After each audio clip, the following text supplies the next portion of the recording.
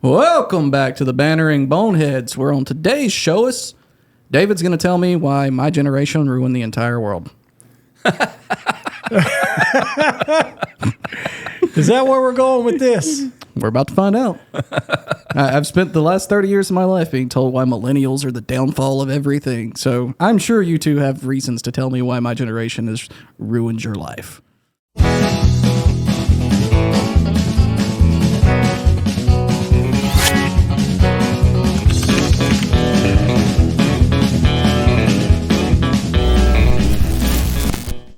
Well, and I'm ready for it. I'm ready. Okay. We'll dive in because, I think this whole show is going to, you see all these, especially about the Gen X, you see all these recordings where they're like doing this big long spiel. We drink from a water hose, blah, blah, blah. Yeah, we did too. And it's, they're funny and stuff, but we're going to try to hit this from a little different perspective, I think. Are we? Yeah. Okay. Yeah. So we're going to talk about the three generations we are, which David is the boomer category. Mr.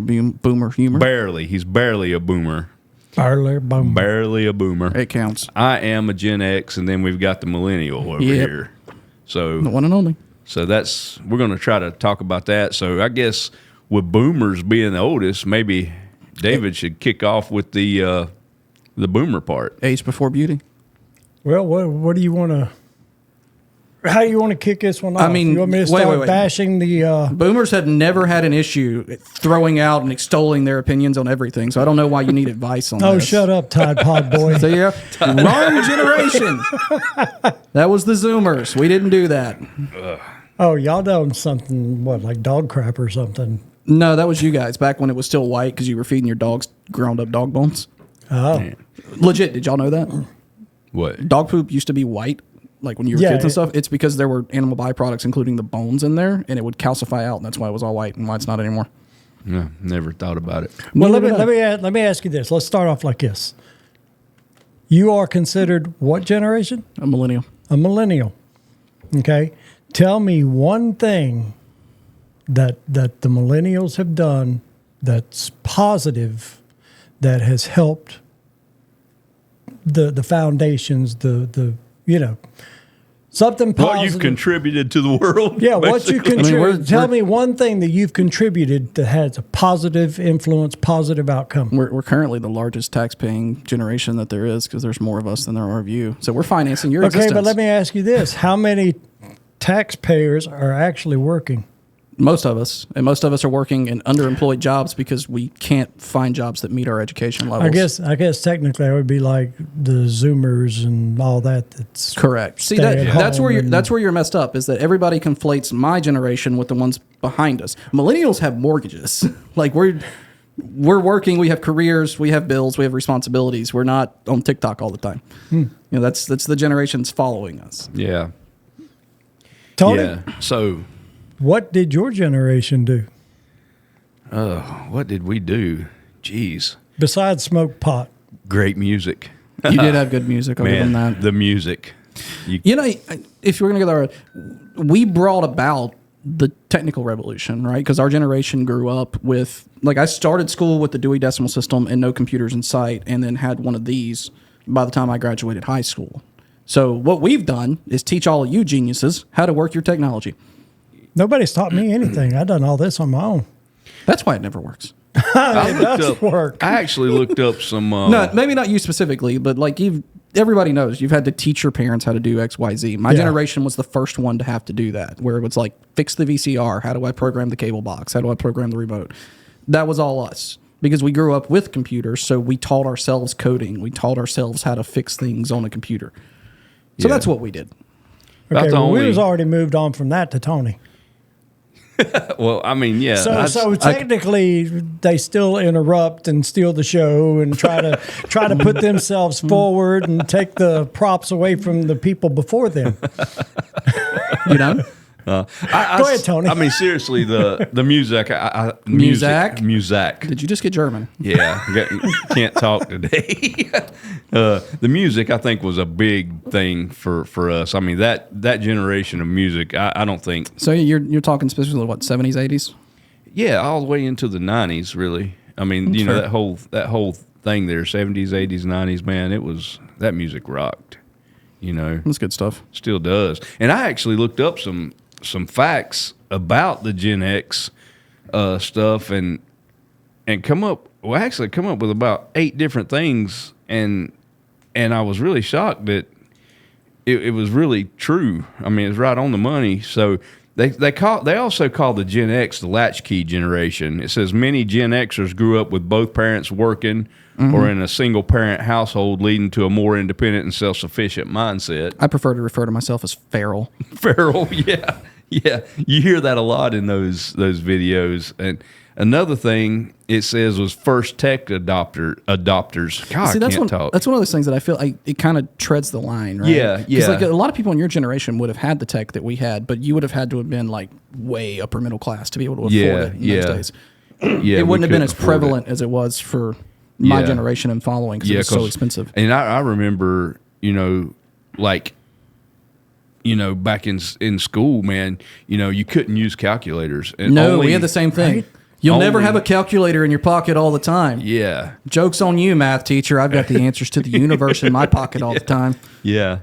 So that was a big thing. I remember actually one year my grandmother bought me and my cousin, which are the same age, a calculator for Christmas. And we thought that was expensive. Yes, they were. Those T83s were expensive, dude. No. I'm talking a regular, no, we're not talking those. Just a little calculator, plus, minus, divide, subtract, all that. Yeah. Nothing fancy. Yeah, that was expensive when I was a kid. How do you divide or never mind. But, so it says they witnessed the rise of personal computers, the internet, and mobile phones, but still remember before digital technology. We had that too. I think the tech thing crosses a lot of generations because excluding yours, not to be from a rude standpoint, but from like your teenage years, that tech thing was so spaced out between, say what, like 78, 79 and the late 90s that it could hit a lot of different generations. And also, so when I was a kid, they were just starting to get video games. Pong. Yeah, I had one of those, Me too. And then came Atari, which was the big thing. And I mean, they were expensive, but man, everybody wanted one. Finally got one. It took a while, but that is the thing that your generation had that I wish I'd had more access to was the actual like walk into a big console style arcade games. I love arcades, dude. Those things are fantastic. That and back in the day, the music stores. Yeah, I am just old enough for those to have still been a thing when I was young. Yeah. And like I can still remember going and shopping for cassettes. Yeah. And dude, it was great to be able to go in and just peruse everything instead of having to let's look up Spotify and see what I want to listen to today. Yeah. So you'd go into these music stores, you'd buy the cassette tapes and this is way before CDs or anything like that, Yeah, think about it now, man. You can pull up your phone, ask Siri, what song is it? What's the name of this song? Or who's singing this song? Or whatever. And hold it up, and it'll tell you exactly what it is. And show you the lyrics, and we realize we were wrong the whole time. That's the one thing that I miss. They're wrong. They're wrong. Yeah, they're wrong. That's what I miss was in the old days, even back when I was a kid, you'd get into like a knockdown, drag out argument with someone because you were dead set that whatever it was, you were freaking right and you knew you were right, but you had no way of knowing. No way of knowing at all. And then 6-8 weeks later, you finally find a book and you just go, damn, I was wrong. But you'd never admit it. Don't go around tonight. Well, it's bound to take your life. There's a bathroom on the right. Yep. Yeah, lots of songs like Dude, that. I can't imagine how many screwed up lyrics there were. Oh, yeah. I mean, you got to think like half the people singing those lyrics too were LSD and weed and everything else. Like, yeah. So the music, man, I loved it. But well, that is something your generation. Well, now mine did pretty good too with music. Yeah, I mean, like I said, it also depends on what music you're talking about too, right? Because music is one, it's based on the individual. Yes. Yeah. And I'm not crashing on it. Like, I love the music of the 70s and 80s and everything else. But, like, if you're a metalhead, the 80s, 90s, and 1000s were your peak. Yeah. Whereas if you're into more psychedelic rock, whatever else, it was the 60s and the 70s. So it's... It is nuanced, but and before my time, right at the end of my time, Mom and Dad, Johnny Cash was everything. Man's everywhere. Yeah.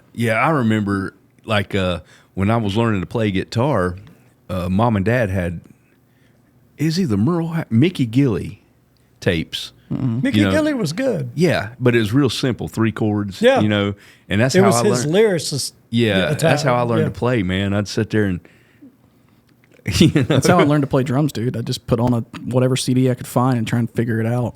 Yeah, dude, I learned to play the bass with Boston. Yeah. Oh, I wasn't allowed to play that kind of stuff at first. Yeah, I was late to the game on that stuff, but yeah, I made it there. Well, to put you on the spot, what did your generation do that was so great? We are the ones that laid the foundation of everything that you guys have today. Are you? Yes, we are. We're the one that done the industrial age. Yeah. We're the ones that fine-tune cars to make sure that they were safe. Chemicals, everything that we use Everything today. that you're trying to get rid of now? I suck. I'm sorry. He's got a point. Your greatest achievements you're currently trying to undo? That's what you're going to land on right now, is it? Yeah. Okay. We created Agent Orange. We developed all these safety regulations and the EPA, and then our legacy is going to be stripping all that crap away because screw you, we got ours. There's a glitch in the system. I tell you something we grew up with, and I don't know that you had real access to this. MTV music. Yes, I did. Before it turned into whatever it is now. It wasn't as good, but I was probably 12 or 13 when they pivoted away basically completely from music. So yeah, I had a good run where I was actively into music, a couple of years where they were still doing legit music shows or music videos, and that's all it was. Oh, do y'all remember Max Headroom? This is Max Headroom. Oh yeah. I do. I remember Headbangers Ball, which neither one of you listen to that kind of music, so I doubt y'all know. That was a spinoff of MTV. Okay. It was just the Metalheads. So here's another thing with the Gen X, and you get on me all the time about being tightwad. You are cheap. Okay. It says You are not frugal.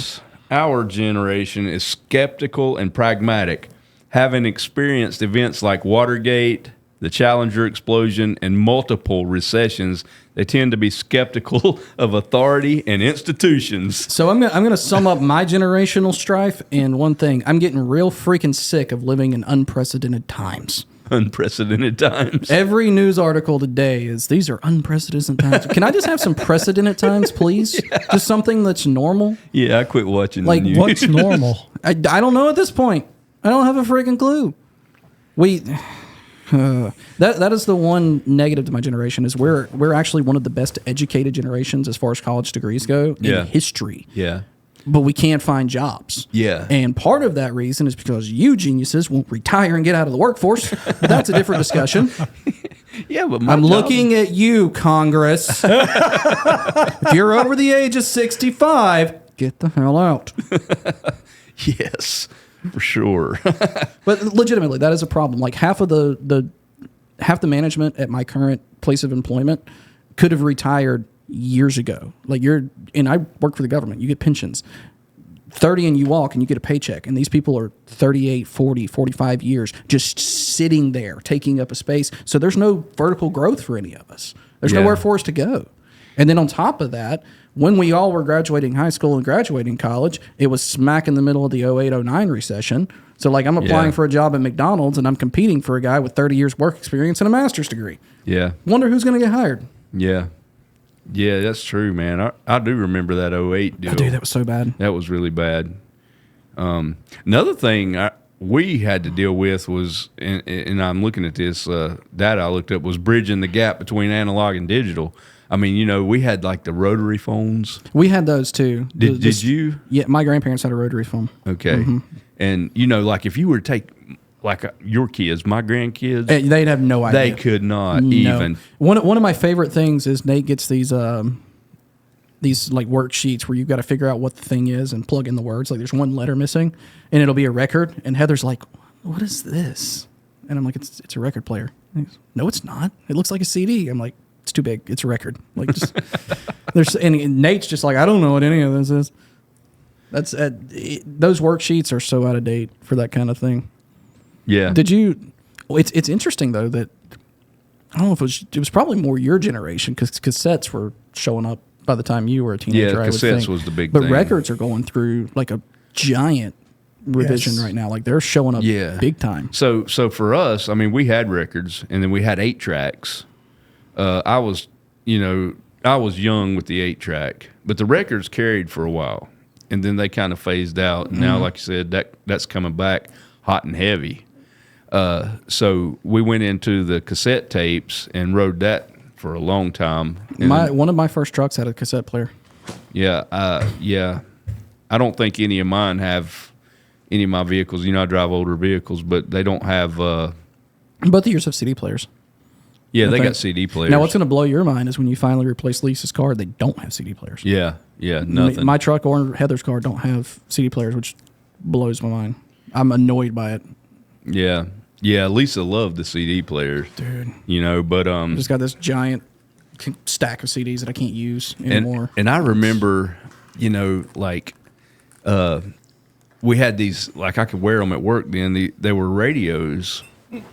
Headphones, and you could dial in a radio station because there was. We had those when I was a kid, like because my mom works in a warehouse, so she'd wear them, and then we'd commandeer them when we got forced to go outside and cut grass, so we could hear something. Yeah, which is honestly probably part of the reason that none of you guys can hear anything because you just were blasting your hearing for the better part of 30 years. Oh, you have no idea. Oh yeah. It was loud. That's another. Moving off of hearing entirely. That's a change that my generation did that I think is good. We don't stick around at companies anymore. We don't go to companies and give them 35 or 40 years like you've done with your place. And everyone's always put it out as a fault to us, but you got to look at it from our perspective. We watched our parents do what you've done and work for a company for 25 or 30 years, and then right when they were about to retire, they got the boot and lost their pension, lost their insurance, lost everything. So if the company's not going to be loyal to us, why would we be loyal to them? Yeah, well, the company I work for, there is no pension or anything like that. You got a 401k that but that's weird for how long you've been there that they weren't doing pensions back then. That's strange. Yeah, I don't know. Different companies. Well, it's the same way with my company. Well, I'm not going to specify my company, but all the big companies, man, you give them all your life, work your butt off, do a great job, and then when you're no longer able to perform, what happens? Out the door. And like I said, my generation normalized not sticking around at a company and dedicating your life to it because that company, you die at the job, your job will be posted before your body's cold. Yeah. So no, I'm here for a page. I've sat in interviews and they're like, "What drives you?" And I'm like, "Not starving, having a place to live." That's why I come to work. It's not because I love what I'm doing. Oh, yeah. It's because I love not starving. Well, a lot of companies, they don't understand that, and I know there's exceptions to the rule. Some people just love their job. They just do it because they love it. But as far as me, I go to work to make money. A means to live a life. That is not my life. Outside of that job is my life. Work to live, not live to work. Exactly. I've said that 100 times. Like you're towards the end of the boomers, and I thought you was going to say I'm toward the end of my life. I mean, that is also true. No, the boomer category, and those guys, workaholics, and then it got into my generation, and we had that strong work ethic, but we kind of had a blend too of, hey, we want to chill a little bit, And that's something that my generation gets criticized for. Everybody says we don't have a work ethic. And it's not that. It's just I'm not willing to go kill myself for 12 to 14 hours for a company that doesn't care about me. Yeah. I've got a family that I'd rather spend time with than wherever I'm working collecting a paycheck. Yeah. It's like I tell my company where I work now, I am deathly allergic to overtime. I will not work it. I don't care. There was a time in my life where I had to work it to pay the bills. I don't have to anymore. And I don't care what you're paying me. You cannot replace time with my family. So I'm going to give you my 8, and I'll give you 100% for those 8 hours. And after that, I don't want to hear from you until the next day I'm scheduled to be here. Yeah. I heard it said one time, unless you are willing to go to your job for no money and just bask in the ore, rub your back up against the paint and all that for free, then you do not love your job. Yeah. You did that once. What? You we were at a hospital for something. I don't remember why. And you asked the nurse, like, I've always heard that if you love your job, you never work a day in your life. And she was like, no, I'd still work. Yeah, I've worked my rear end off for the last You, dude. 38 years or whatever it is. There's no way. Yeah, I've been in the same industry for 38 years. Nope. Yeah. I've got 20 years till I retire, and I'm walking out the door. I'm looking at probably about 7, maybe. If I don't know. What's the? I think you can retire technically at the early at 62. 62, I think. And then at 65, there's another tier, and then at 67, there's the final tier. Yeah, but I don't think you get insurance till the 65. Yeah. So, and That'll be what puts me back in the workforce. But like, I'll get my pension at 54, and I'll go find something to do, but I will not work for the government again. yeah, Not worth it. You won't work for Trump. No. you make a great Trumpster.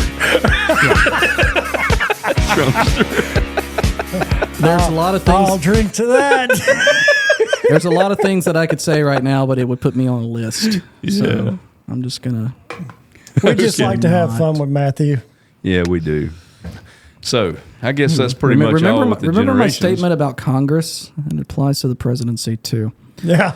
And now Mr. Trumpster guy over there is telling me to tell you to subscribe or hit the bell or do whatever the thing is. Yeah.